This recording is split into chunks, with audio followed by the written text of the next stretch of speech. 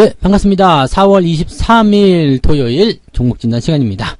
자, 핫한 이슈가 있죠. 네, 곡물 사료 관련 종목군들, 상한가가 질비한 종목들인데, 자, 이 종목들 어떻게 대응해야 되는지 좀 알아볼 건데요. 한탑, 고려산업, 한일사료 준비되어 있습니다. 공교롭게도 다들, 네, 급등, 상한가를 만들어낸 종목들인데, 어떻게 대응해야 되는지 좀 알아볼 거고요.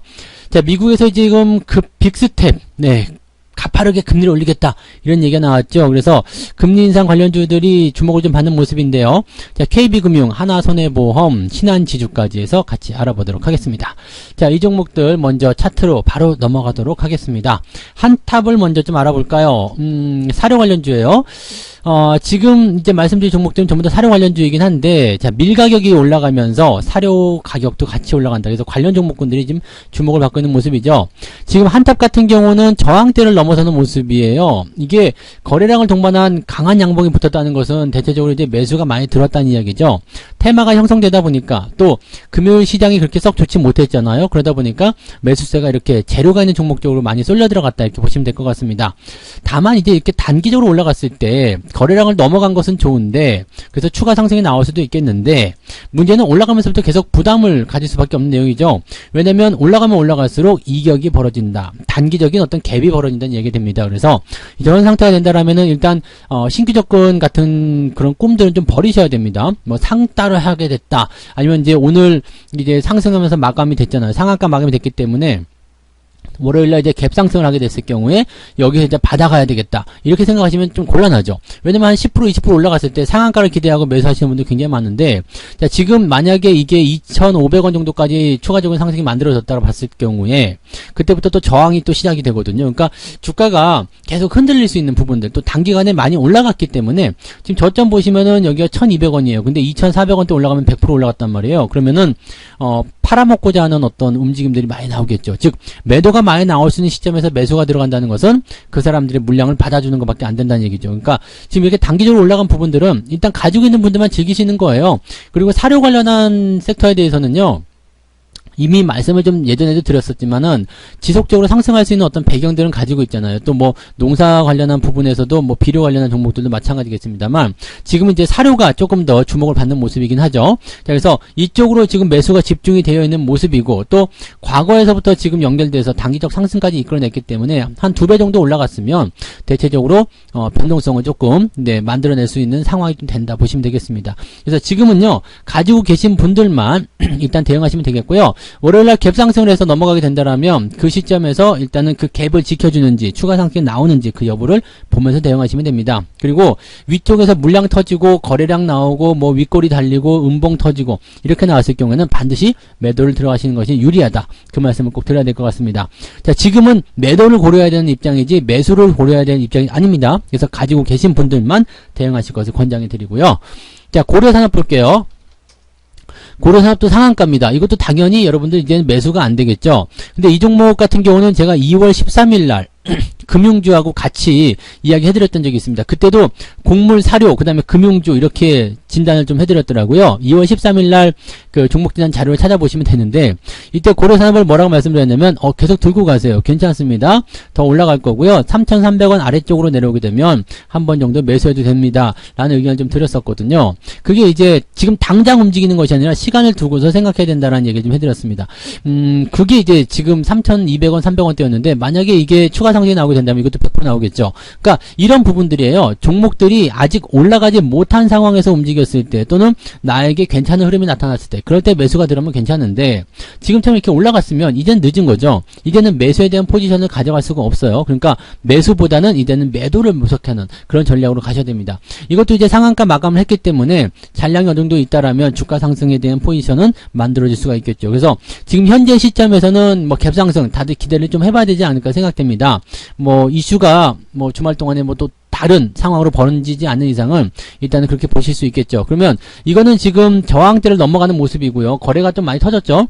거래가 터지면서 저항을 넘어갔다. 오케이. 여기까지 좋아요. 근데 월요일날 갭상승 나오게 되면은 일단 또 다른 매물대의 존재를 하게 됩니다. 이 매물대는 지난번 매물대보다 훨씬 더 두꺼운 매물대예요.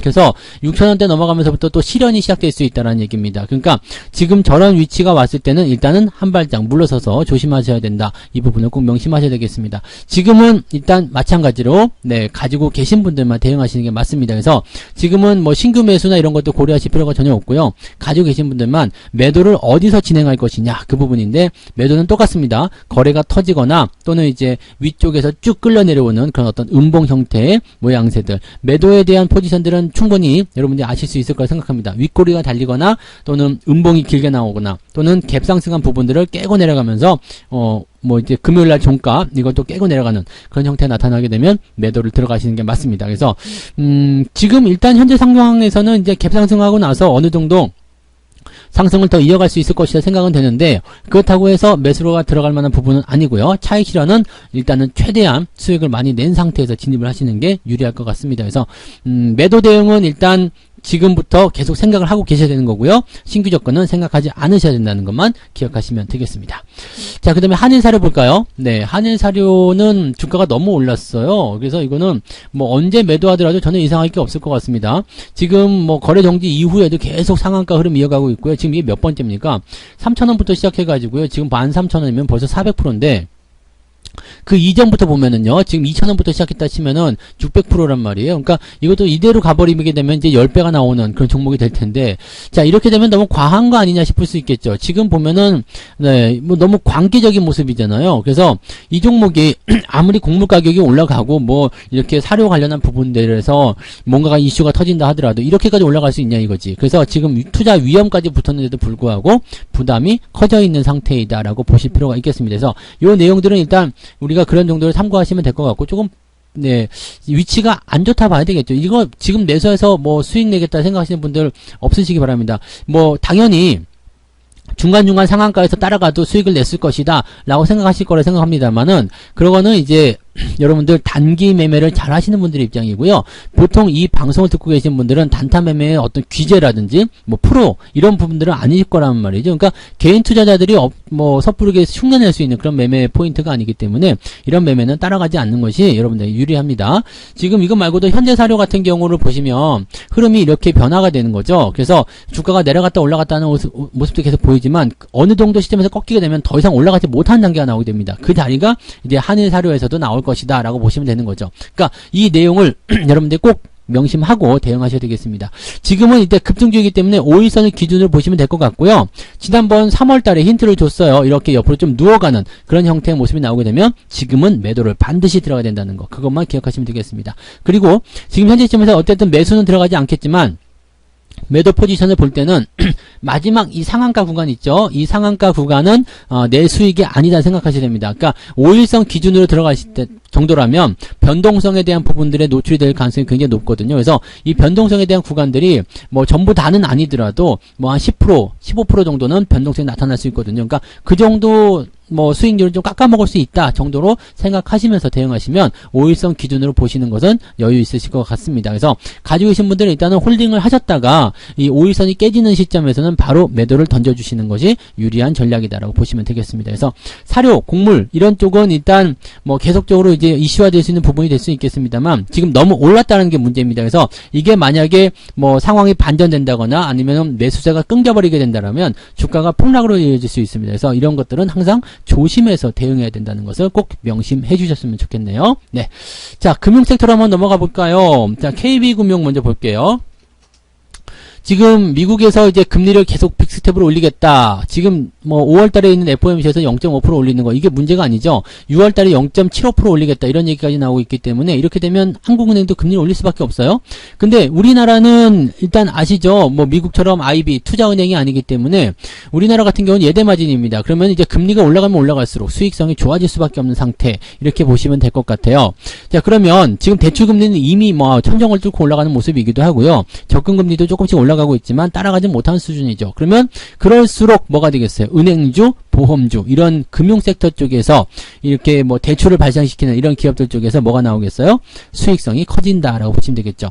지금 위치가 뭐 목요일, 수요일 뭐 다 괜찮았던 것 같아요. 그리고 금요일 날도 오전에는 매수가 괜찮았는데 오후에 빵 치고 올라가면서 움직임이 나타났죠. 그동안 외국인들이 계속해서 매수를 해놓은 부분이 있습니다. 최근에 뭐 배당을 확대한다는 이야기도 있고 뭐 등등 여러 가지 얘기들이 있는데 금융섹터가 이제 금리 인상에 대한 기대치를 가지고 계속 올라갈 수 있는 가능성이 있어요. 이것은 어느 정도까지 봐야 되느냐? 금리 인상 어디까지 될 것 같아요? 어느 시점까지요? 올해 내내 금리 인상 되겠죠. 그리고 그것을 넘어서서 내년도까지도 금리 인상이 된다고 보셔야 됩니다. 그래서 금리가 고점에 이르는 바로 그 시점까지는 금융섹터들이 계속 수혜를 볼 수밖에 없습니다. 그러면 장기적 관점으로 일단 놓고 보시는 거예요. 장기적 관점으로 끌고 가시되 대신에 이게 뭐 폭발적으로 막 상한가를 간다든지 이런 모습은 없을 거예요. 근데 2017년도의 흐름을 한번 보시면 그 당시에도 이제 경기가 살아나기 시작하면서 금리도 올라가고 이런 모습이 있었죠. 그 모양대를 따라갈 수도 있습니다. 그래서 그 당시에는 뭐 100% 정도 수익이 한 2년에 거쳐 나타나는데 이번에도 충분히 가능할 수 있겠죠. 뭐 4만원대부터 시작해서 8만원대까지 가는 거 충분히 가능하고 또는 그 이상도 가능하다는 이야기입니다. 그래서 이런 종목들은 단기적으로 봐서는 뭐 이게 승부가 나지 않습니다. 근데 길게 보는 관점에서는 반드시 여러분들에게 수혜가 될 수 있는 포인트가 있을 겁니다. 그래서 이 종목 계속 홀딩하시면 좋겠고요. 매수 포인트 같은 경우는 지금 6만원, 61,000원? 네, 그 아래쪽이면 더 좋죠. 네, 61,000원. 그 정도 라인대가 지금은 괜찮아 보입니다. 근데 일단 금요일날 양봉이 컸기 때문에 월요일날 살짝 깎아준다면 61,000원에 붙여가지고 대응해 보실 필요는 있을 것 같습니다. 뭐 그 정도까지는 한번 괜찮을 것 같고요. 더 올라가 버린다라고 한다라면 매매를 따라가기가 어렵습니다. 그래서 다음 기회를 노리시는 것이 맞다. 그래서 깎아줄 때는 매수해도 괜찮지만 올라갔을 때는 따라가지 않는다라고 보시고요. 이거는 장기적 종목이기 때문에 매수하고 싶다라면 충분히 기회가 있습니다. 그러니까 너무 서두르지 않으셔도 괜찮다는 말씀 드릴 수 있겠습니다. 계속적으로 홀딩하시기 바랍니다. 자, 한화 손해보험 볼게요. 하나손해보험도 오랫동안 설명드렸던 종목이죠. 이것도 2020년도부터 계속해서 KB금융하고 같이 저점에서 매수해온 종목인데 이것도 그 당시 대비로 본다라면 거의 한 7, 80% 정도 수익이 나와 있는 상태입니다. 자, 이 종목도 지금 보면 네, 금융의 어떤 그런 포인트에 금리 인상이라는 그런 기대감이 계속적으로 작용할 수 있는 부분이에요. 보험주들 같은 경우는 이제 그 들어오는 현금들을 채권으로 보유하기 때문에 채권금리 상승에 따른 수혜를 계속 볼 수밖에 없거든요. 그래서 거기에 따른 가장 큰 수혜주. 그래서 금리 인상 수혜주는 은행주, 보험주 딱 공식점 정해져 있다고 그랬죠. 그래서 그 부분을 우리가 생각하시면 되겠고요. 앞으로 계속 성장할 수 있는 기대감과 계속 상승할 수 있는 기대감들이 같이 나와 있기 때문에 이런 부분들은 여러분들이 긍정적으로 보셔도 됩니다. 다만 가지고 계신 분들은 계속 홀딩하시는 건 별 문제 없겠는데 신규 접근은 조금 문제가 생길 수 있어요. 왜냐면 갭이 좀 떠 있죠. 그래서 지금 KB금융이나 이런 것처럼 조금 깎아주면 사도 됩니다. 이게 아니라 요거는 많이 들어와야지 돼요. 즉 지금 현재 시점에서 매수를 한번 해볼 수 있는 자리 때는 4,700원, 600원 요 정도 될 것 같아요. 일단 아래로 파고 들어가야 되거든요. 근데 지금 상황에서 금리가 올라간다 그러면 계속적으로 올라가게 될 테니까 나중에 아예 이 지지라인대가 5,000원대에 형성됐을 때나 매수 포인트가 나올 수도 있습니다. 그래서 지금은 이 하나손해보험에 대한 부분들은 매수견 접근하기가 조금 어려우실 거예요. 그래서 요거는 매수견 가져가지 마시고요. 가지고 계신 분들은 일단 홀딩 전략 유지하시기 바랍니다. 대신에 주가가 더 이상 올라가지 못하고 좀 횡보를 계속 한다거나 또는 아래쪽으로 들어가면서 지지점대를 위로 끌어올리게 된다면 그 시점에서는 매수를 생각하셔도 괜찮습니다. 근데 지금은 매수 포인트가 아니라는 것만 기억하시면 되겠죠. 시간이 조금 필요한 상황이다. 이렇게 생각하셔도 되겠네요. 네. 자, 그 다음에 신한지주 한번 볼까요? 신한지주. 신한지주도 오늘 많이 올랐네요. 자, 지금 1.93%까지 상승을 했는데 이것도 아침에 마이너스였죠. 근데 뭐 장중 상승폭 보게 되면은 네, 한 2%대 상승한 모습인 것 같습니다. 은행주도 다 올라가는 거예요. 그리고 지금 KB금융하고 신한지주 두 종목만이 은행 업종 중에서 순이익이 4조 클럽에 달성한 기업입니다. 그러니까 1등, 2등을 보시면 되겠어요. 금리 인상에서 가장 수혜를 입는 것들이 바로 그런 기업들입니다. 왜냐하면 자, 일단은 생각해 보세요. 네, 업계 1등, 2등이에요. 업계 1등, 2등이면 얘들이 시장 점유율을 이만큼 갖고 있을 거 아니에요. 근데 금리가 올라가요. 그럼 여기서도 대출이 가장 많이 일어나겠죠. 네, 시장 점유율이 크니까. 그러면 돈을 누가 가장 많이 벌까요? 많이 깔아놓은 애들이 돈을 많이 벌게 되어 있습니다. 실적이 좋아지면 주가는 상승할 수밖에 없다. 이렇게 보시면 되겠죠. 자, 신한지주 같은 경우는 2017년도 같은 경우는 이제 KB금융보다는 실적이 좀 떨어졌어요. 그래서 상승폭이 조금 줄었었는데 지금 같은 경우는 이제 오히려 실적은 비슷해지는 단계로 들어가고 있기 때문에 긍정적인 상황에서 KB금융과 마찬가지로 전고점 대비해서 이 포지션이 조금 더 큽니다. 즉 KB금융 같은 경우는 전고점까지 넘어가는 포지션이 조금 약하거든요. 그래서 전고점까지 얼마 남지 않았어요. 그 다음에 뚫고 넘어가게 되면은 더 올라간다는 것은 어느 정도 생각할 수 있는 부분이 되겠습니다만, 신한지주 같은 경우는 일단 전고점까지도 많이 남았고요. 뚫고 넘어갔을 경우는 더 큰 수익이 예상될 수가 있겠죠. 그러니까 지금 신한지주 같은 경우는 오히려 뭐 KB금융과 비슷한 실적을 만들어내고 있는 기업임에도 불구하고 아직 주가가 덜 올랐다는 부분을 생각하실 수가 있겠습니다. 그래서 이 내용들은 긍정적으로 보실 수가 있겠죠. 다만 양봉이 너무 커. 그렇기 때문에 매수를 들어가실 때 이런 것들은 조금 낮춰서, 이거는 41,000원대까지 들어와야 될 것 같은데요. 그죠? 그 주가가 조금 깎아주는 위치를 이용해서 대응하셔야 될 것 같습니다. 근데 신한지주 같은 경우는 기관과 외국인들 매수가 들어오긴 했습니다만 KB금융처럼 이렇게 공격적으로 장기적인 매수가 들어오진 않고 있어요. 그러니까 그런 부분에서 조금 주가 상승이 좀 덜한 것 같다라고 판단을 해보실 수는 있겠습니다. 근데 이 기업 역시도 나쁘지 않습니다. 그래서 저는 이 금리 인상 수혜주 뭐 살까요? 그러면 KB금융, 신한지주, 그 다음에 하나손해보험 뭐 이런 것들 계속해서 얘기해 드렸었죠. 뭘 갖고 있어도 상관없습니다. 은행주나 보험주나 뭐 하나만 갖고 있으면 될 것 같아요. 그래서 이 금리 인상에 대한 수혜를 그대로 연결해서 가져가시면 좋지 않을까 생각되니까 그런 내용들을 잘 참고해 보시면 좋을 것 같습니다. 네. 자, 이렇게 해서 오늘 6종목이네요. 네, 한탑, 고려산업, 한일사료, KB금융, 하나손해보험, 신한지주 이렇게 있었고요. 매수를 고려해볼 만한 종목은 KB금융과 신한지주인데 이것도 좀 가격을 깎아준 다음에 대응하실 필요가 있고, 나머지 것들은 매수를 들어갈 수가 없는 종목들입니다. 그리고 특히 곡물사료 같은 종목군들은 단계에 많이 올라갔기 때문에 매도에 대한 포인트만 집중해서 생각하시는 것이 유리하다, 그 말씀을 드릴 수가 있겠습니다. 이 부분 꼭 참고해서 대응해 주셨으면 좋겠습니다. 자, 오늘 종목진단 여기까지 하고요. 내일은 또 다른 종목으로 돌아오도록 하겠습니다. 고맙습니다. 본 방송에서 제공되는 모든 정보는 투자 판단의 참고 자료이며 투자의 최종 책임은 본 방송을 이용하는 본인에게 있습니다.